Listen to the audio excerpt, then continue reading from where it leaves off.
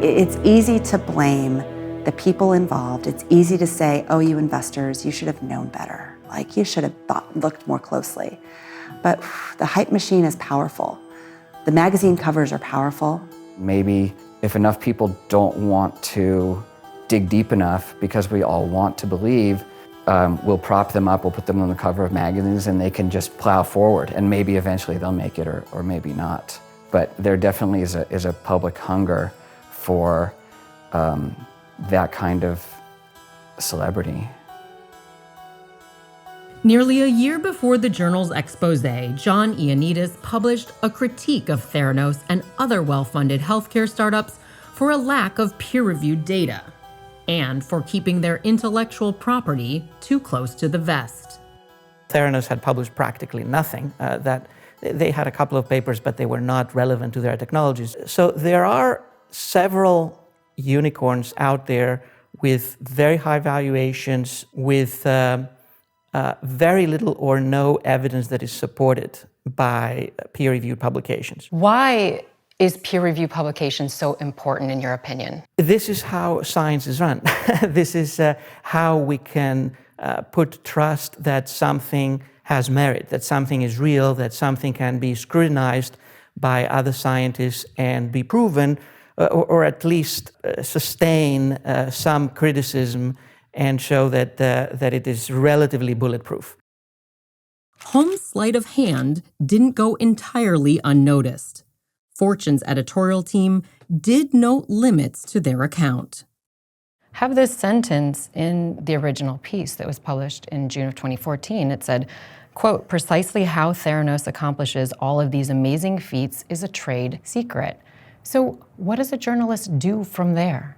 It's difficult to cover proprietary technology. What do we really know about Facebook's algorithms, and how far can we go in there? Well, some of it is ultimately a trade secret. So it's an unproven proprietary technology, particularly as it pertains to something as sensitive as healthcare, that we probably should have been more skeptical about or had more questions about. And I think it's a great lesson. Just because someone is claiming they're doing it doesn't mean that the media and the investment community and everyone else should just believe them. And it's often harder for the media because they don't have the same amount of time or necessarily the technical depth. Whether it's the media, investors, or customers, everyone needs to do the work and make sure that what they're doing is they're getting into bed with someone who's doing a good job. And look, it's not just the media. The media consists of the people who produce it and the people who read it, right? And then when it all comes crashing down, we rush out to buy the books, we rush out to watch the documentaries, we sort of salivate over the, look at all, what a fraud, those silly people. And so we kind of delight in the failure stories as well as the successes, and it does become hard to put it in context and see the broader facts and say, well, this was a manifestation of a bigger problem. While Theranos' purported trade secrets were walled off from journalists and outsiders, another party, aside from investors and the board, had power to probe deeper. According to Walgreens, in March 2010, Holmes and Belwani pitched Theranos devices to Walgreens company executives as viable and consumer-ready, and said its technology had been comprehensively validated by 10 of the 15 largest pharmaceutical companies. Do you place any blame there? I place huge blame with Walgreens, but it's more on the negligence side. I don't believe that Walgreens knew what was going on, but they should have known what was going on. It's almost inconceivable to me that they didn't know that things were being run on third-party tests. Somehow things got embellished. There was never any concept anywhere in reality that they could do 150 tests with one drop of blood. It was they could do different panels of tests with each with a drop of blood. Part of it was how Elizabeth talked, but part of it was what people wanted to hear.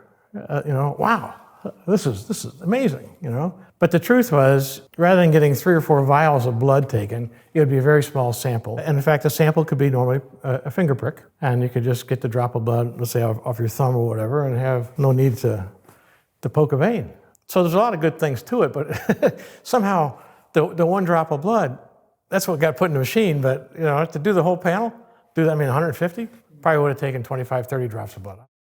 In a deposition before the SEC, Holmes admitted that Theranos had kept Walgreens in the dark over FDA concerns that the nanotainer had been underclassified. Yet she maintained the move away from fingerstick tests was no secret. Walgreens was operating with us in the store, so they would have known locally that we were doing venipuncture, to the extent we were doing venipuncture. Do you have a general sense of what Walgreens was concerned about following the publication of the article? I think there were multiple issues. One was they were reacting to the press in general, but then the other was that we hadn't disclosed the engagement with FDA with them to them yet, before it was in the press. Holmes argues that because the FDA engagement had to do only with nanotainers and because it began months and in some cases years after soliciting investors, it can have no bearing on the government's claims of fraud. Once the Walgreens conclude we can't get this deployed in the store, from Theranos' viewpoint, they just should have said, time out. What you want to do doesn't fit our architecture, our product strategy, nothing. But that's really kind of where they took the left turn that sent them right in the ditch. Red flags did spook world-renowned medical center Cleveland Clinic. It bailed on a partnership after Theranos left its due diligence requests ignored. And Walgreens competitor Safeway also withdrew its plans for a pilot program. Was that the value add for Theranos? Was $140 million up front? It got them on the map in a hurry. But the Walgreens deal gave it credibility. And so, it helped them basically raise the money they were looking for. That kind of proposal, something of that size and magnitude, should have been reviewed at the board in depth. And, there were enough people on the board to say, wait a minute, this is not us.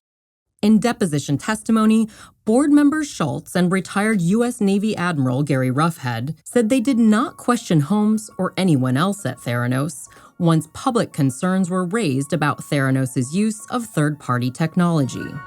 The board had some very competent people and experienced people, good operating people in some ways, and they should have just called a halt. I'm not sure it was ever fully discussed at the board. And Elizabeth, as CEO, had the right to turn it down or to take it to the board. And what about Sonny Belwani? What was his role as you understood it? I never met Sonny. He'd been dismissed from the company before I showed up. Elizabeth was the chief architect, and she led most of the engineering program, but Sonny led all the rest of the operations. Veterans of Silicon Valley startups know that faking it can be fair game.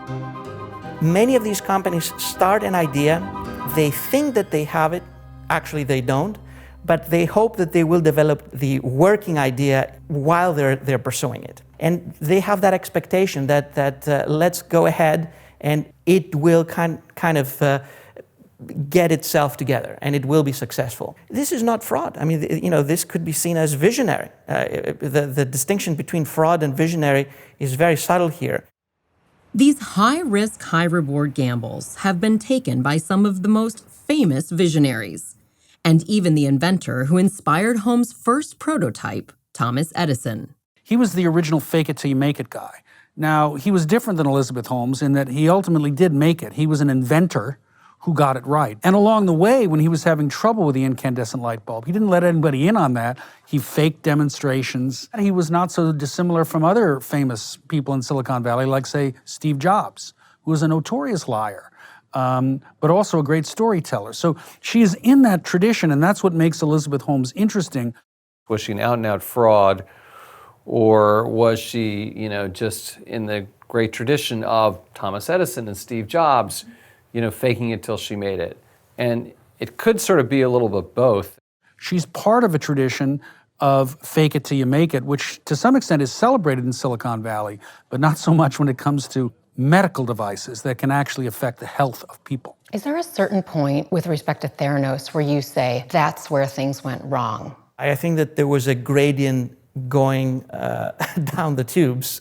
And it's hard to say which specific decision was the worst. I believe that here my response will be biased. I think the decision to move to patients was probably the worst without having something that was mature. Because once you move to patients, then you're exposing people to risk. In pushing a soft-baked healthcare pitch, Holmes isn't alone. In its early days, Silicon Valley biotech company 23andMe was ordered by the FDA to immediately discontinue marketing its widely publicized cheek swab test after making unsubstantiated claims that the company could identify risk levels for a number of diseases. A consumer class action lawsuit followed, and the company settled with complaining customers. Diagnostic startup Ubiome was dropped from CVS after federal investigators and an FBI raid of its San Francisco headquarters. In 2021, the company's co-founders Jessica Richman and Zachary Apt were accused by the SEC of defrauding investors and indicted by the DOJ for money laundering and securities fraud. Even the FDA and experienced megacorporations have been known to get it wrong. The International Consortium of Investigative Journalists found in 2018 that over the prior decade, 80,000 global deaths and nearly 2 million injuries were linked to faulty medical devices. Take FDA-approved vaginal mesh implanted in approximately 10 million women worldwide before the agency banned U.S. sales over risks including organ perforation, protrusion, and death. Its manufacturers, among others, Boston Scientific, Johnson & Johnson, Coloplast, and C.R. Bard.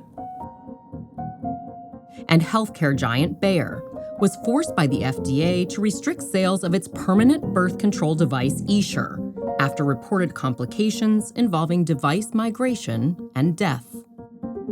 This widespread imprecision is evidence that as the next biotech billion is already being raised and spent, from startups to multinationals, there's much to be learned and improved.